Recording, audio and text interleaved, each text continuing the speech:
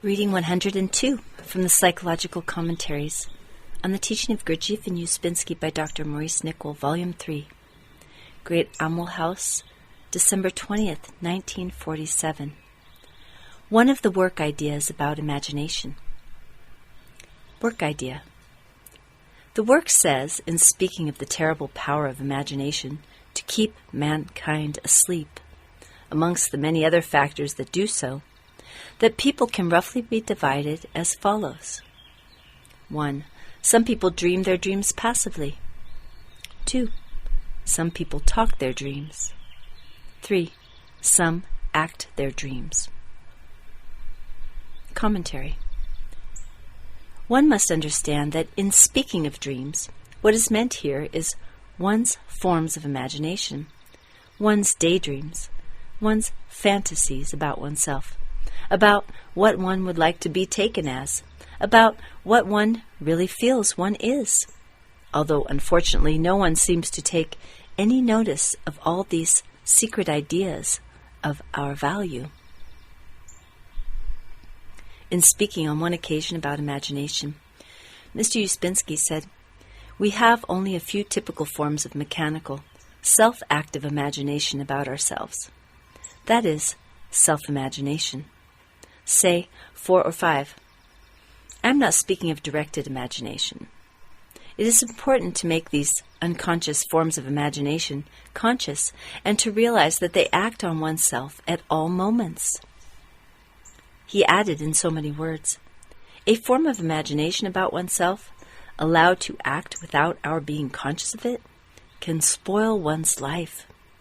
And two people wishing to unite, if their forms of mechanical imagination are incompatible, can become mutually destructive.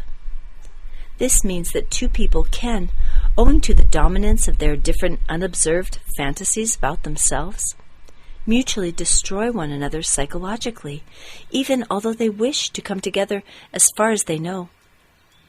Remember that one psychology relates itself to another psychology. It is not a question of the visible bodies uniting, but of the invisible bodies, that is, the psychologies.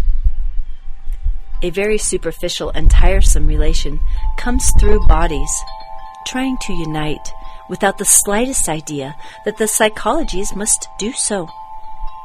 Love is psychological, but it is practically always imagination. Looking backward on what teaching has been given in the past in the form of fairy stories, there is the Cinderella fantasy. I heard the other day that a woman was jealous of a certain royal duchess. One might think it inconceivable that one should be jealous of a person one did not know. But if anyone has a strong Cinderella fantasy, then it becomes more understandable. The fantasy makes one jealous, not the person. I read somewhere that in medieval times, at the millennium, many women had the fantasy that they might give birth to Christ at his second coming. This does not seem to be a prevalent form of imagination nowadays.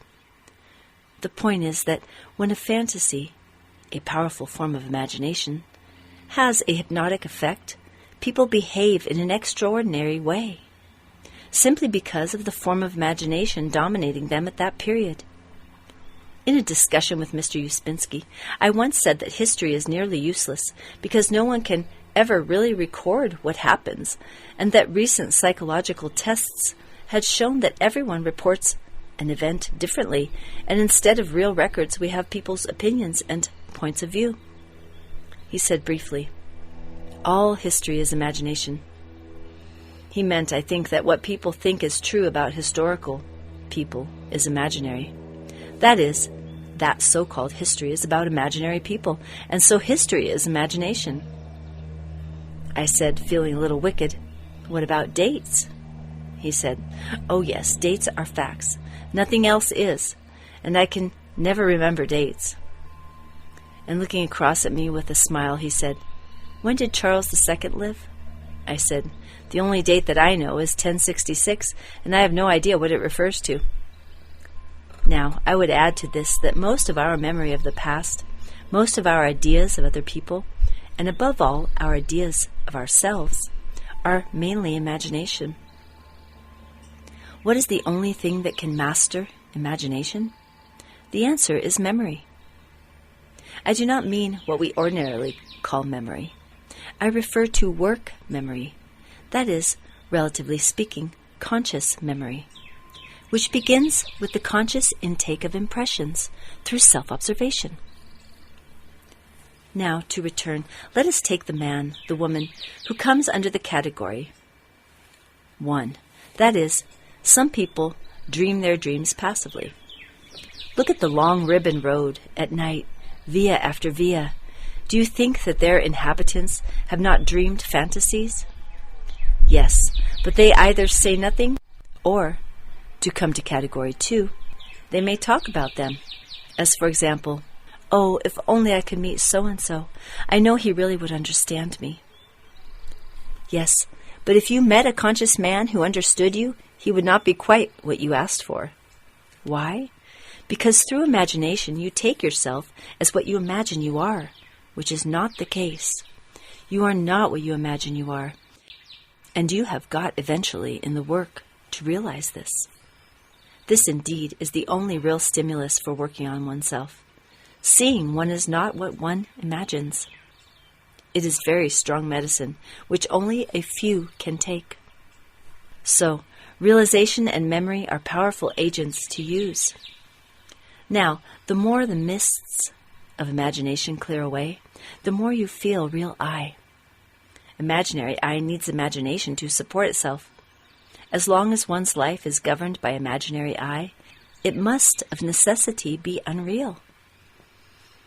I can assure you that the gradual loss of imagination, when you accept the controlling influences of the work, does not lead to any inner impoverishment. On the contrary, it turns one into rich and inexhaustible fields of new understanding, where the plague of yourself no longer exists.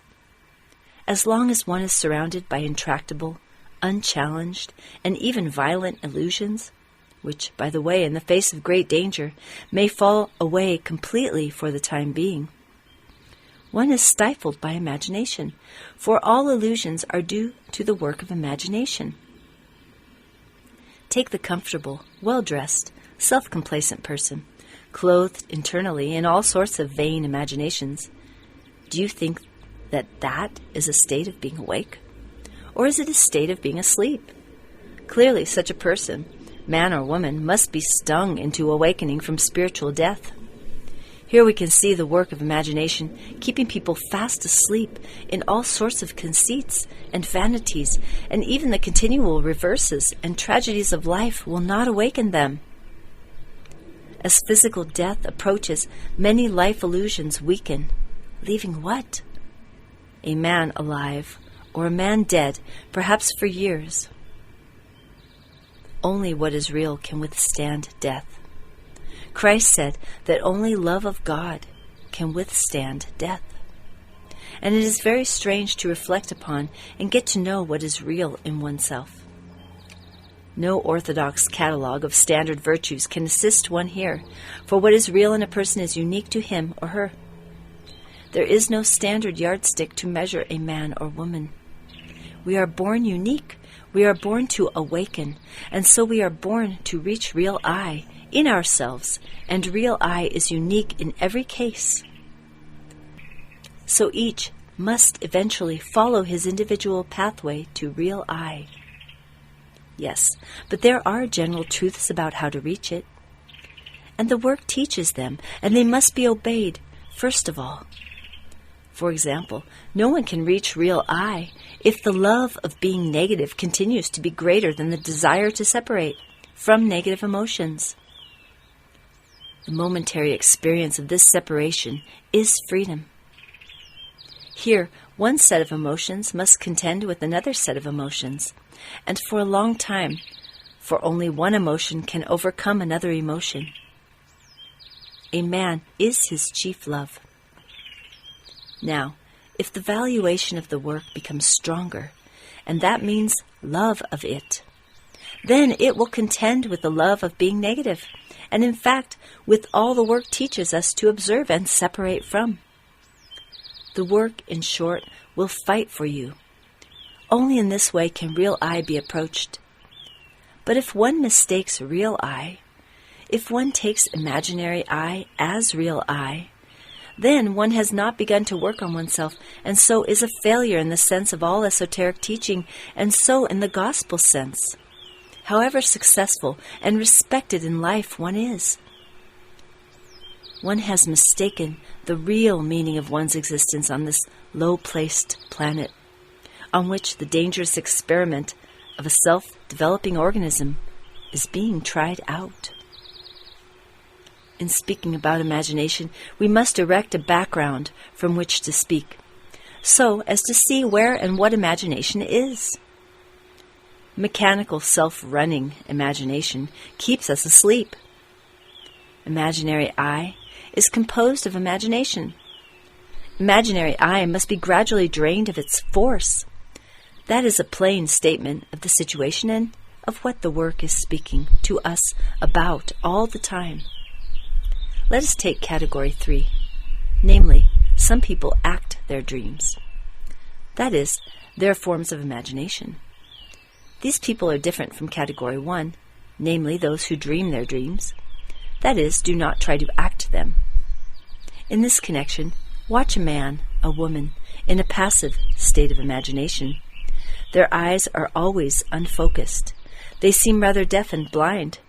They have very interesting expressions on their faces, not lively expressions, but rather sad, withdrawn expressions, yet not quite so, because one can see that they have at the same time some deep inner satisfaction going on within them.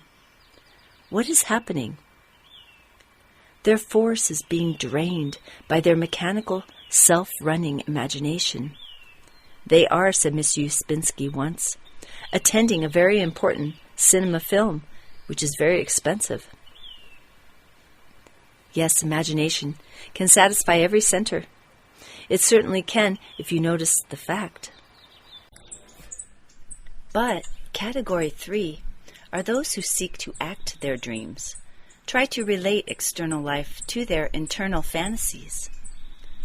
The life of uncontrolled imagination absorbs a person and drains force, and there is no connection with what we call reality. The third category seeks to make external reality correspond with the internal fantasy. So Mr. Ouspensky said that those who act their dreams are quite different from those who dream their dreams, or those who talk their dreams. Yet, those who act their dreams do so from a fantasy. It is not yet real. That is the point. They have, say, a fantasy of beating some record of speed. They do so, and yet it is not they but their imagination, and that is why one often wonders that they are never content, but try again to beat their previous record. The reason is that imagination is gripping them so that they can never rest, for imagination is insatiable and will not be corrected by experience. Such a man is not doing from his real side what he is doing. He is driven by something not himself, namely by the power of imaginary I. He is following an imagination of himself, say, as being the finest or cleverest or most polished or bravest fellow on earth. And yet the tragedy is that all that is real in him does not really want to do that which imaginary I makes him do. He is, in short, acting his imagination, which is insatiable, and which will torment him to further efforts to satisfy his idea, his fantasy of himself. It is the same, of course, with women. So many people, brought up on stories and legends which have filled their imagination, continue in life trying to act these acquired fantasies. All this is imaginary I. The work teaches us that real I exists, but cannot be approached as long as imaginary I dominates us.